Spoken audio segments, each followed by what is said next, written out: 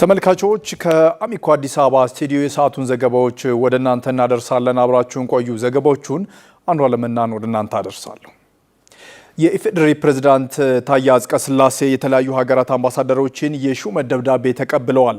አምባሳደሮቹም ሀገራቸውን ከኢትዮጵያ ጋር ያላቸውን የሁለትዮሽ ግንኙነት ከማጠናከር ባለፈ በኢነርጂ፣ በንግድ፣ በፖለቲካ ያላቸውን ግንኙነት ለማጠናከር ቅድሚያ ሰጥተው እንደሚሰሩም ተነግሯል። ቴዎድሮስ ኃይለ ኢየሱስ ተጨማሪ ዘገባ አዘጋጅቷል። የኢፌዴሪ ፕሬዝዳንት ታዬ አጽቀሥላሴ ዛሬ 11 ሀገራት የተለያዩ አዲስ የተሾሙ አምባሳደሮችን ተቀብለዋል። እንግዲህ በዛሬው ዕለት የሹመት ደብዳቤያቸውን ካቀረቡ አምባሳደሮች መካከል ከአፍሪካ ሀገራት የናይጄሪያ፣ የኮንጎ ሪፐብሊክ፣ የማላዊ፣ የማዳጋስካር የሚገኙ ሲሆን ወደ መካከለኛው ምስራቅ የሳውዲ አረቢያ አምባሳደር እንዲሁም ከአውሮፓ የፖርቹጋል፣ የስሎቬኪያ አምባሳደሮች እንዲሁም ከኤዥያ የኡዝቤክስታን እና የስሪላንካ አምባሳደሮች የሹመት ደብዳቤያቸውን አቅርበዋል።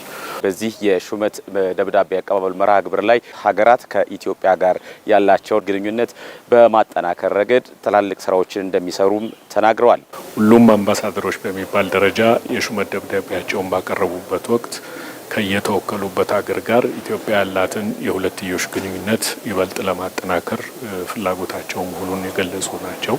ከዚህ በተጨማሪ አዲስ አበባ የተለያዩ ዓለም አቀፍ ድርጅቶች መቀመጫ እንደመሆኗ ከአፍሪካ ህብረትና ከአፍሪካ ኢኮኖሚክ ኮሚሽን ጋርም እንዲሁ ከየተወከሉበት ሀገር ጋር ያላቸውን ግንኙነት ለማጠናከር ፍላጎት እንዳላቸው ገልጸዋል። በአዲስ የተሾሙ አምባሳደሮችም ሀገራት ከኢትዮጵያ ጋር ያላቸውን ስትራቴጂካዊ ታሪካዊ ግንኙነት ለማጠናከር እንደሚሰሩም ነው የተናገሩት። Ethiopia is a strategic partner of Nigeria. We have a very good እንደምታውቁት ኢትዮጵያ ለናይጄሪያ ስትራቴጂካዊ አጋር ናት። በመካከላችን በጣም ጥሩ ግንኙነት አለ። የኔ ዋና ትኩረት በሁለቱ ሀገራት መካከል ያለውን የንግድ ልውውጥ መጠን ማሳደግ ይሆናል። በተለይም የኢንቨስትመንት ፍሰትን በማሳደግ የስራ ዕድሎችን መፍጠርና የኢንዱስትሪ ልማትን ማገዝ ላይ ትኩረት ይደረጋል።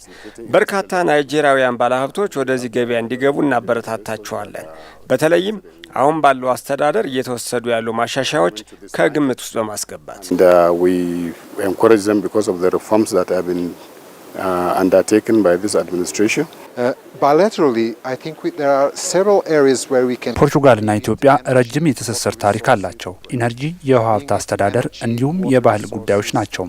ባህል በጣም አስፈላጊ ነው። ህዝቦች እርስ በርሳቸው እንዲተዋወቁ ለማድረግ ለኛ መሰረታዊ ነገር ነው ብዬ አስባለሁ።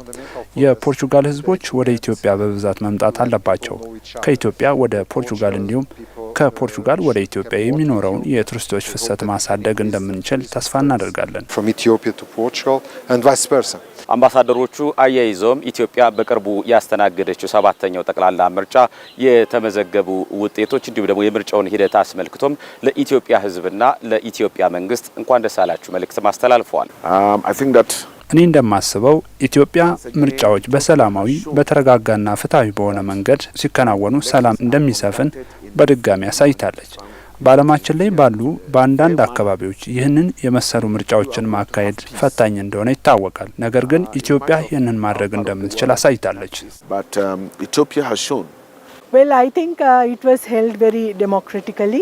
ምርጫው በዲሞክራሲያዊ መንገድ ነው የተካሄደው። የኢትዮጵያ ህዝብም የመምረጥ መብቱን መጠቀም ችሏል። በዚህም በጣም ደስተኛ ነኝ። voting rights.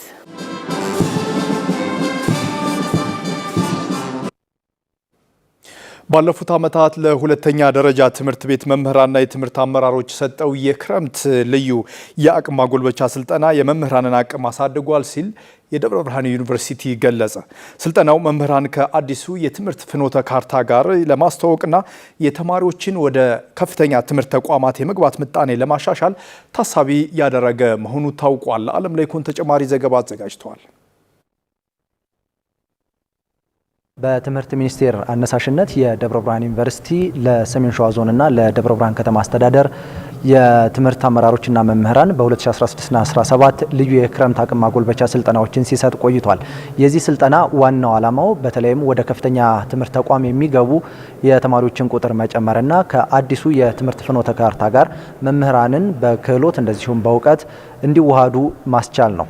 ለዚህ መጀመሪያ ምንድነው ተማሪዎች በ12ኛ ክፍል ያበጡት ውጤት በጣም ዝቅተኛ ስለነበረ ከዛ አኳያ ተማሪዎች ውጤት ለምን አነሰ ከመለው ተነስተ ነው ይህንን ዝግጅት ያደረግነው። ስለዚህ ለስልጠናው አስፈላጊ ዝግጅት አደረግን።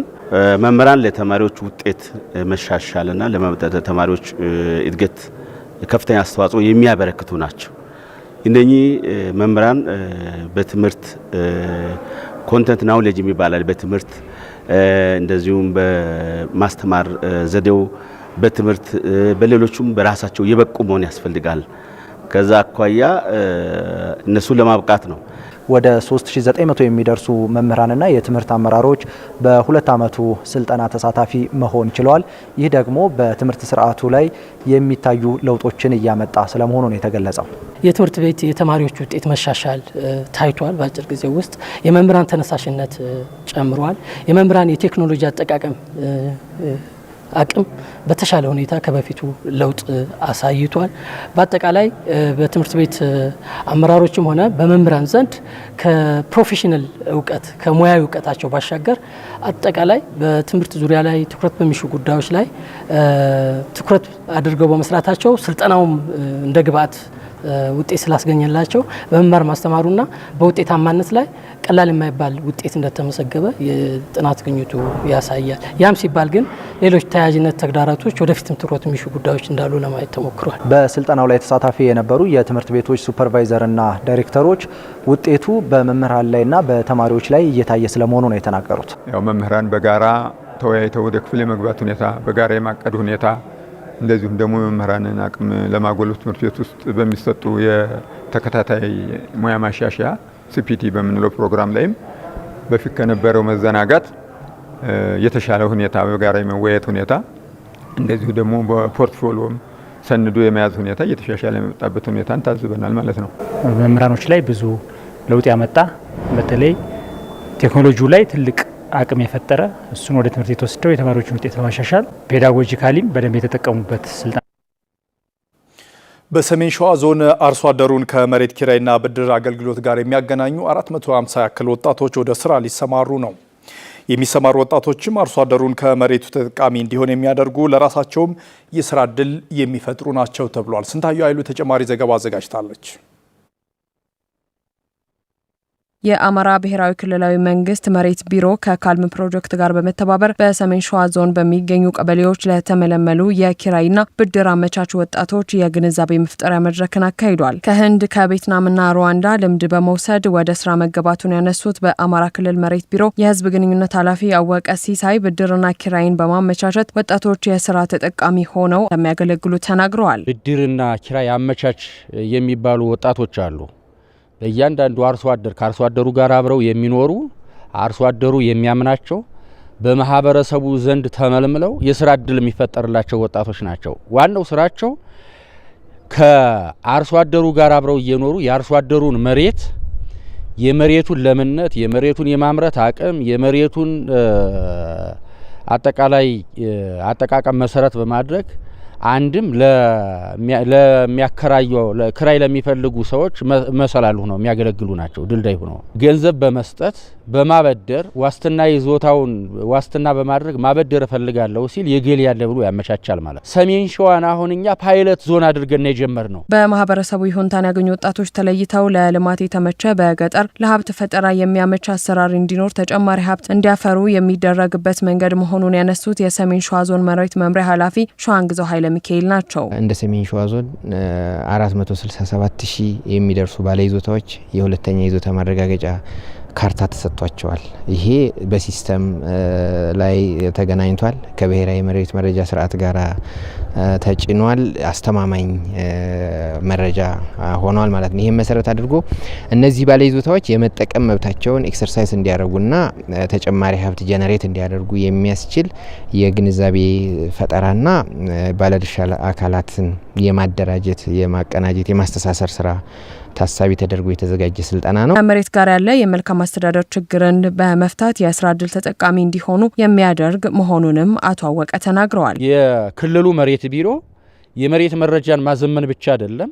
አሁን የመሬት መረጃን ቢዮንድ ሰርቲፊኬሽን ብለን ነው እንደውም በሞቶም እየተንቀሳቀስን ያለ ነው። ይዞታን ከማረጋገጥ በላይ ተሻለ የይዞታ ማረጋገጥ ስራም እንዲኖር፣ ታማኝነት ያለው የመረጃ ቀበብሎሽም እንዲኖር፣ አርሶ አደሩም በአግባቡ ለሚያምነው አካል አከራይቶ ወይም ከሚያምነው አካል ተበድሮ ተጠቃሚ እንዲሆን አቅሙን መገንባት ነው። አብረው የሚሰለጥኑ አርሶ አደሮች አሉ። እነኛ አርሶ አደሮች መሬት እየተከራዩ ከአርሶ አደሩ ጋር የሚኖሩ ነው የነበሩ።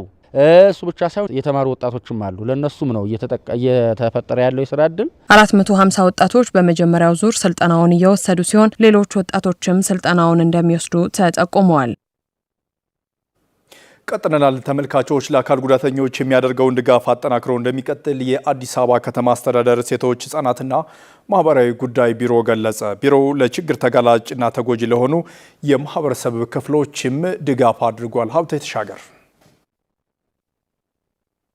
በሰው ድጋፍ ነው ሽንት ተነስቼ ምሸና በሰው ጉተታ ነው ሽንት ላይ ፖፖ ላይ መቀመጠው። ሟይ አዲስዬን ያየሁ ለረጅም ጊዜ በሰው ድጋፍ ነበር የሚንቀሳቀሱት። አሁን ላይ ከአዲስ አበባ ሴቶች ህጻናትና ማህበራዊ ጉዳይ ቢሮ የተደረገላቸው የዊልቸር ድጋፍ ተስፋ እንደሰጣቸው ተናግረዋል።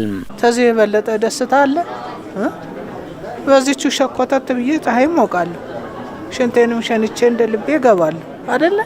ታደስ ትልቅ ደስታ ነው እንጂ። ሌላኛው ድጋፍ የተደረገለት ደግሞ መኮንን እንግዳው ይባላል። በተደረገለት የዊልቸር ድጋፍ ተንቀሳቅሶ ለመስራት እንደሚጥር ተናግሯል። እስቲ እንግዲህ የራሴን ስራ ፈጠራ እሰራበታለሁ የሚል እምነት አለኝ። እንኳን ከእጄ ገባ ደስ ብሎኛል። ቅድሚያ ያው ለመንቀሳቀሻ ነውና ለመንቀሳቀሻ ተሰጥቶኛል። ከዛ በኋላ ደግሞ የራሴን ፈጠራ ልንቀሳቀስበት አስባለሁ። የአዲስ አበባ ከተማ ሴቶች ህጻናትና ማህበራዊ ጉዳይ ቢሮ የአካል ድጋፍ ለሚያስፈልጋቸው 100 ህጻናትና 100 አዋቂ አካል ጉዳተኞች የዊልቸር ድጋፍ አድርጓል። በድጋፍ ርክክብ ስነ ስርዓት ላይ የቢሮ ኃላፊ ወይዘሮ ቆንጂት ደበላ እንደገለጹት ለችግር ተጋላጭና ተጎጂ ለሆኑ የህብረተሰብ ክፍሎች የሚደረገው ድጋፍ ከፍተኛ ማህበራዊና ኢኮኖሚያዊ ፋይዳ አለው ብለዋል። አካል ጉዳተኞችን ተጠቃሚ ስናደርግ በኢኮኖሚም በማህበራዊም በፖለቲካ ዘርፉም ተጠቃሚ እንዲሆኑ እንሰራለን ማለት ነው። በተለይ ደግሞ ዛሬ የተገናኘንበት የአካል ድጋፍ ነው። እንግዲህ የአካል ድጋፍ ለአካል ጉዳተኞች ምን ማለት እንደሆነ ለሁላችንም ግልጽ ነው። አንደኛ ክብርም ነው።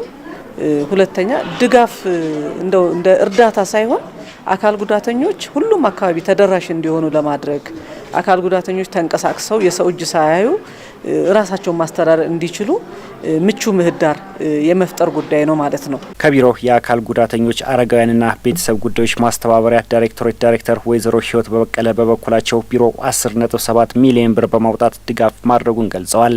ወደ 10.7 ሚሊዮን ብር ወጪ የተደረገበት 150 የህፃናት ዊልቸር 100 ደግሞ የአዋቂ ዊልቸርን ግዢ ፈጽመን በቢሮ ካፒታል በጀት ለ11ዱም ክፍለ ከተማ ለተወጣጡ 250 የአካል ድጋፍ ተጠቃሚዎች ተደራሽ የምናደርግበት ፕሮግራም ነው። በበጀት አመቱ ግን ወደ 2570 የተለያዩ የአካል ድጋፎችን ከተለያዩ መንግስታዊ አካሎች ጋር በመተባበር ተደራሽ አድርገናል ማለት ነው። ከተባባሪ አካላት ጋር በመቀናጀት ለአካል ጉዳተኞች ምቹ ሁኔታን ለመፍጠርና የኑሮ ደረጃቸውን የሚያሻሽሉ ተጨማሪ ድጋፎች ለማስፋፋት ስራዎች እንደሚቀጥሉም ተናግረዋል።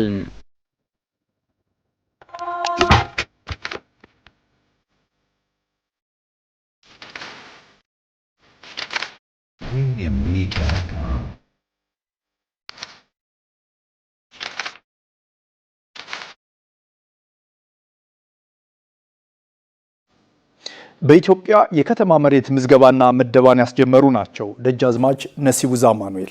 ደጃዝማቹ የለውጥ አራማጅ ናቸው ይሏቸዋል የታሪክ ምሁራን። የኢትዮጵያ ከተሞች ዘመናዊ የከተማነት ቅርጽ እንዲኖራቸው የማድረግም ስራን የጀመሩ ናቸው። በዛሬው የማናቸው የዜና አምዳችን ስለ ደጃዝማች ነሲቡ ዛማኑኤል ታሪክ እንዳሳለን ቴዎድሮስ ኃይለ ኢየሱስ እንደሚከተለው ያስቃኘናል። ነሲቡ ዛማኔል አዲስ አበባ በሚገኘው በዳግማዊ ምኒልክ ትምህርት ቤት ከወንድማቸው ወሰኔ ጋር የተማሩ እዚያም የምዕራብን ዓለም ትምህርት ቀስመዋል። እንደ ፕሮፌሰር ባህሩ ዘውዴ አባባል ነሲቡ ዛማኔል ከወንድማቸው ከወሰኔ ጋር በ20ኛው ክፍለ ዘመን ከነበረው የመጀመሪያ ትውልድ ውስጥ አንጸባራቂ ከሆኑት ምሁራን መካከል ይቆጠራሉ በማለት ገልጿቸዋል። 1885 ዓ.ም የተወለዱት ደጃዝማች ነሲቡ ዛማኔል የአዲስ አበባ ከተማ ከንቲባ በመሆንም አገልግለዋል። ነሲቡ የለውጥ አራማጅ ከንቲባ ነበሩ ይሏቸዋል ፕሮፌሰር ባህሩ ዘውዴ። በከንቲባነት ዘመናቸው ካደረጓቸው ማሻሻያዎች መካከልም የከተማ መሬት ምዝገባና ምደባ በእርሳቸው ጊዜ የተጀመረ ነው።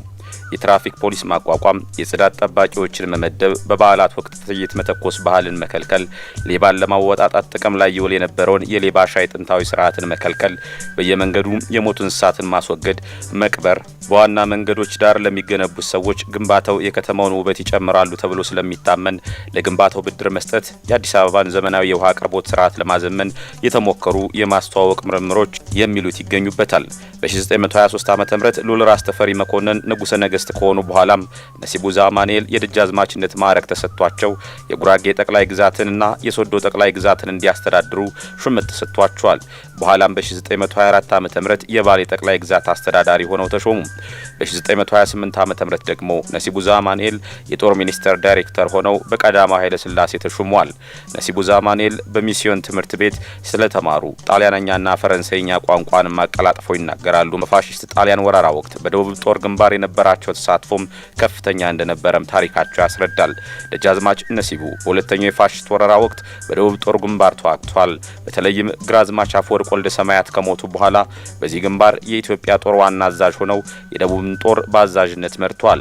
ደጃዝማች ነሲቡ በተለይ በኦጋዴን ጦርነት ወቅት ከኢጣሊያው ጀነራል ሮዶልፍ ግራዚያኒ ጦር ጋር ሲዋጉ የነበረውን የኢትዮጵያ ሰራዊት መርተዋል። በዚህም ከግራዚያኒ ጋር በተደረገው ጦርነት የፋሺስት ጦር በኢትዮጵያ ሰራዊት ላይ የሙስታርድ ጋዝ ቦምብ በሚያዘንብበት ወቅት ነሲቡ ተቃውሟቸውን አሰምተው ነበር። ደጃዝማች ነሲቡ በግንቦት ወር 1928 ዓ.ም ንጉሠ ነገስቱና ንጉሳውያን ቤተሰቦች ወደ እንግሊዝ ሀገር በስደት ሲሄዱ አብረው ሄደዋል። ደጃዝማች ነሲቡ ንጉሠ ነገስቱ ለዓለም መንግስት ማህበር ወይም ደግሞ ሊግ ኦፍ ኔሽን አቤቱታ ለማቅረብ ወደ ጄኔቫ ሲሄዱ ወደ ጄኔቫ ለተጓዘው የልኡካን ቡድን መሪ በመሆንም ለአጭር ጊዜ አገልግለዋል። ደጃዝማች ነሲቡ ለሊግ ኦፍ ኔሽን ጉባኤ ዋና ጸሐፊ የሚቀርበውንም ሁለት የውሳኔ ሀሳቦችን አርቅቀው ማቅረባቸውም ታሪካቸው ያስረዳል። ደጃዝማች ነሲቡ ጥቂት ጊዜያትን እንደቆዩም ባደረባቸው ህመም ምክንያት ንጉሳውያን ቤተሰቡን ለመለየት ተገደዱ።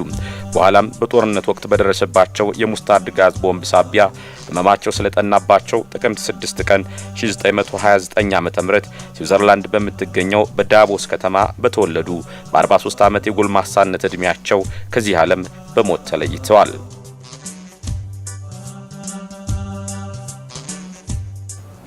ተመልካቾች ሰዓቱ አሁን የአጫጭር ዘገባዎች ነው። መሰረተ መግጫ ታሰቃኘናለች።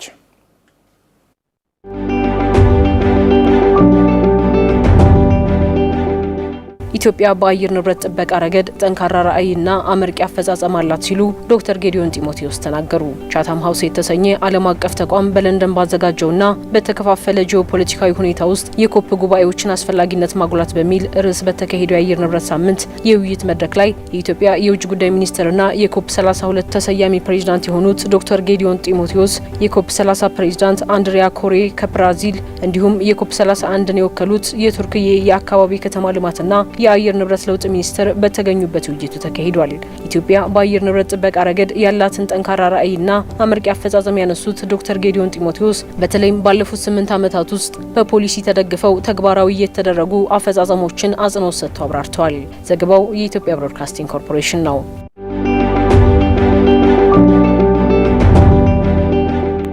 የመንግስት ግንኙነት ስርዓት የበለጠ ውጤታማ እንዲሆን የፌዴራልና የክልል መንግስታት የጋራ ቁርጠኝነትና ተግባራዊ ትብብር ወሳኝ መሆኑን የፌዴሬሽን ምክር ቤት አፈ ጉባኤ ያገኘው ተሻገር ገለጹ።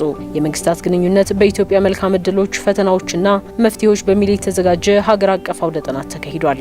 የፌዴሬሽን ምክር ቤት አፈ ጉባኤ ያገኘው ተሻገር የፌዴራል ስርዓትን የሚከተሉ ሀገራት እንደየነባራዊ ሁኔታቸው በተለያዩ ደረጃዎች በሚገኙ መንግስታትና ዘርፎች መካከል ያለውን ግንኙነት የሚያሳልጥና ውጤታማ የሚያደርግ የአሰራር ስርዓትን እንደሚከተሉ አውስተዋል። አመላክተዋል።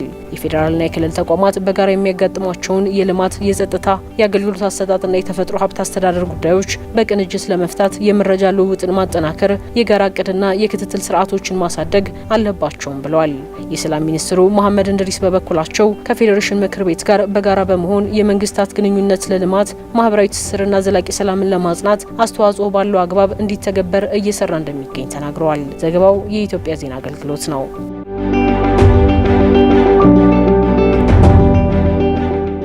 በአዲስ አበባ የ2018 የክረምት ጎርፍ መከላከልና የአደጋ ዝግጁነት ንቅናቄ በአቃቂ ቃሊቲ ክፍለ ከተማ ተጀምሯል። የአዲስ አበባ ምክትል ከንቲባና የኢንዱስትሪ ልማት ቢሮ ኃላፊ ጃንጥራር አባይ ንቅናቄው ክረምቱን ተከትሎ በሰውና ንብረት ላይ ሊከሰት የሚችለውን ጉዳት አስቀድሞ መከላከልን ዓላማ ያደረገ ነው ብለዋል። ከተማ አስተዳደሩ ከዚህ ቀደም የአደጋ ተጋላጭነትን በአግባቡ አጥንቶ ዘላቂ መፍትሄ ሲሰጥ መቆየቱንም አመላክተዋል።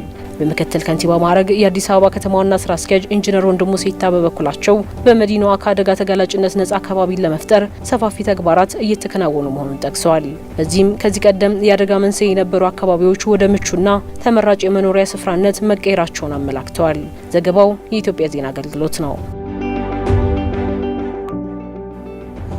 ተመልካቾች አጫጭር ዘገባዎችን ያቀረበችልን ቤተልሔም ሰለሞን ነበረች። ከአማራ ሚዲያ ኮርፖሬሽን አዲስ አበባ ስቱዲዮ ለሰዓቱ የተዘጋጁ ዘገባዎች እኒ ናቸው። ዘገባዎቹን አንዷለም መናን ወደ እናንተ አደረስኩ። አብራችሁ ስለነበራችሁ አመሰግናለሁ። ጤና